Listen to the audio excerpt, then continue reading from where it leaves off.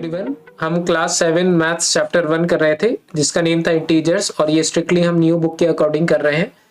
देखिए exercise 1.3 complete करना हमने स्टार्ट किया था जिसका प्रीवियस वीडियो में क्वेश्चन नंबर 5 हमने कंप्लीट किया था। आज हम देखेंगे question number 6।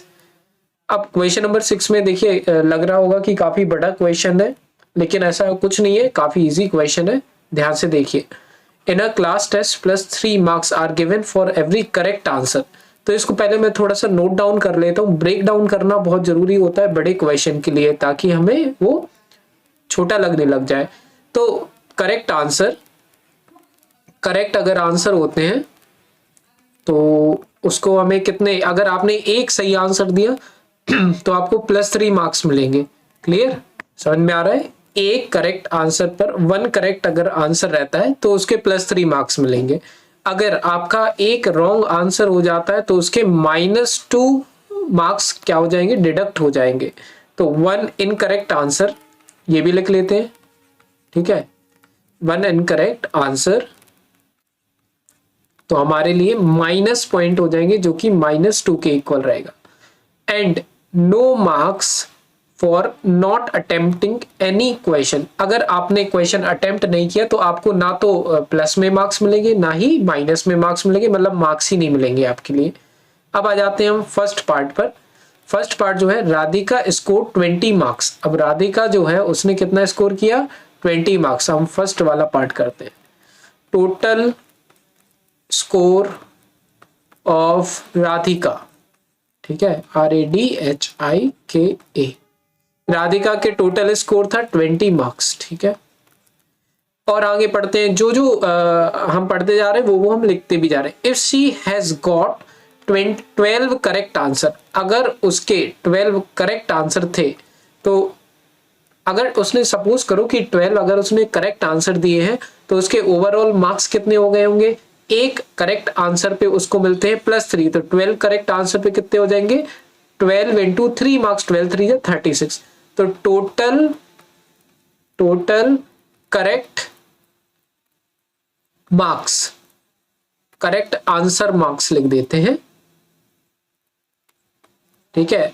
Total correct answer marks कितने हो जाएंगे उसके, उसने टोटल करेक्ट आंसर दिए हैं 12, तो एक के मिलने थे 3, तो 12 के मिल जाएंगे 12 × 3, 12 3 36।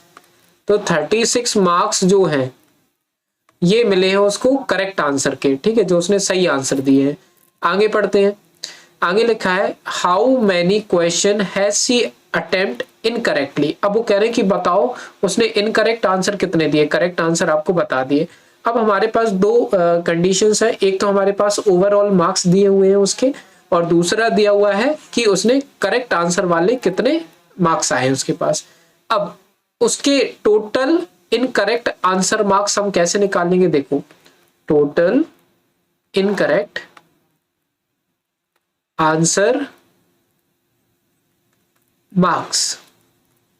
तो ध्यान से देखो, टोटल उसने सही आंसर, मतलब सही के 36 मार्क्स थे और ओवरऑल उसके 20 मार्क्स आए हैं। तो 36 में से अगर मैं 20 मार्क्स का माइनस कर देता हूं तो आएंगे 16।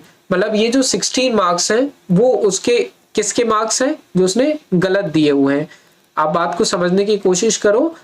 ये 36 तो उसके बन गए थे जो कि उसने सही दिए थे, लेकिन ओवरऑल तो उसके 20 आए ना। इसका मतलब उसके कितने कम मार्क्स आए, कम हो गए सही में से, ये 16 मार्क्स उसके कम हो गए। और ये 16 मार्क्स कम क्यों हुए होंगे, क्योंकि उसने गलत आंसर दिया होगा।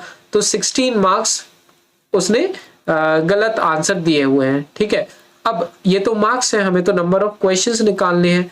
अगर मैं क्वेश्चन में देखूं तो लिखा है how many question she has attempt incorrectly. So number of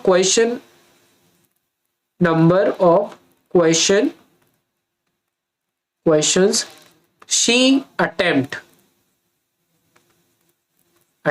incorrect, ठीक है। अब हमें इनकरेक्ट वाले मार्क्स तो पता है 16 है, लेकिन इनकरेक्ट क्वेश्चंस नहीं पता है। अच्छा, एक इनकरेक्ट आंसर का उसके डिडक्ट हो रहे थे 2 मार्क्स। अगर एक गलत दे रही है तो 2 मार्क्स। तो अगर टोटल 16 मार्क्स हैं तो कितने मार्क्स हो जाएंगे, कितने क्वेश्चंस हो जाएंगे, तो हम उसको 16 को 2 से डिवाइड कर देंगे, क्योंकि एक क्वेश्चन के 2 डिडक्ट हो रहे हैं तो 16 मार्क्स के कितने क्वेश्चंस हो जाएंगे, तो ये हो जाएंगे हमारे 8 क्वेश्चंस। ठीक है, बस ये आप समझ रहे हैं 2 से मैंने क्यों डिवाइड किया, क्योंकि अगर उसने एक आंसर गलत दिया है तो 2 मार्क्स कटेंगे, तो अगर उसने 8 अगर आंसर्स उसने गलत दिए होंगे तो कितने डिडक्ट होंगे, 16, 8 2 जा 16। आई होप आपको ये क्लियर हो गया होगा। अगर कोई भी डाउट रहा होगा तो मुझे कमेंट सेक्शन में जरूर बताना। अब हम कर लेते हैं बच्चों इसी का बी वाला पार्ट, सेकंड पार्ट। ठीक है, थोड़ा सा कंसेप्चुअल क्वेश्चन है, बाकी है कुछ ऐसा नहीं उसमें। इसमें देखिए Mohini score -5 marks in the test, ये लिखा हुआ है Mohini score -5 marks in the test, मतलब टोटल मार्क्स ऑफ मोहिनी कितने हो गए। सेकंड पार्ट लिख देता हूं, सॉल्यूशन है टोटल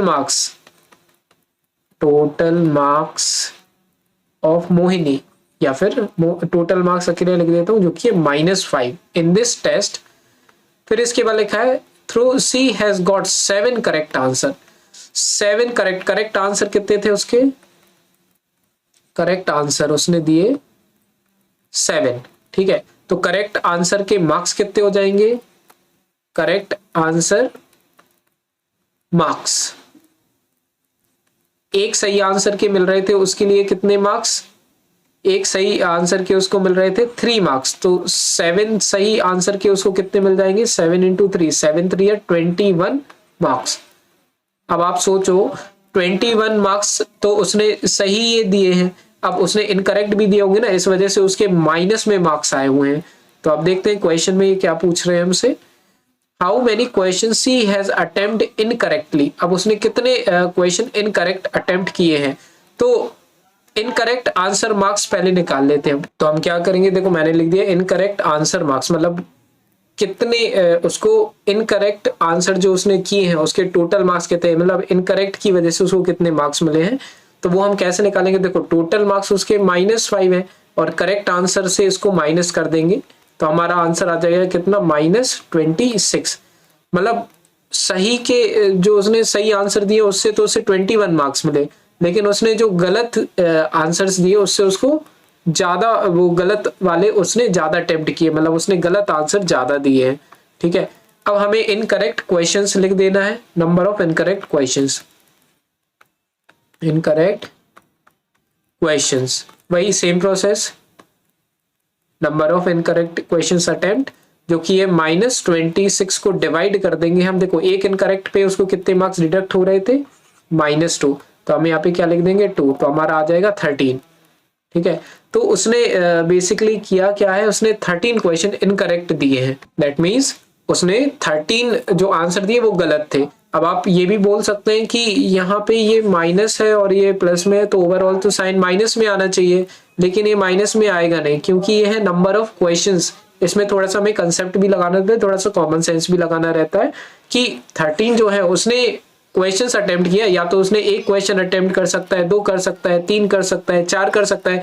क्या कोई माइनस में क्वेश्चंस अटेम्प्ट कर सकता है, नहीं कर सकता ना, इसलिए इसका आंसर क्या हो जाएगा मेरा 13 हो जाएगा। क्लियर है, तो इधर पे कहीं कहीं हमें थोड़ा सा दिमाग लगाना रहता है कि कहाँ पे माइनस साइन लगाना है और कहाँ पर नहीं लगाना है। क्वेश्चन ये जनरली वर्ड प्रॉब्लम की नीड होती है, उसके अकॉर्डिंग डिसाइड करना होता है। क्लियर, तो इस बच्चों इस तरह से हो गया हमारा क्वेश्चन 6 भी कंप्लीट। इसके बाद देखेंगे क्वेश्चन नंबर 7 नेक्स्ट वीडियो में। सारी वीडियो की लिंक मिल जाएगी डिस्क्रिप्शन में। पसंद आई हो वीडियो प्लीज लाइक करिए, सब्सक्राइब करिए चैनल को। कोई भी डाउट रहे वो कमेंट सेक्शन में पूछ सकते हैं। बाय।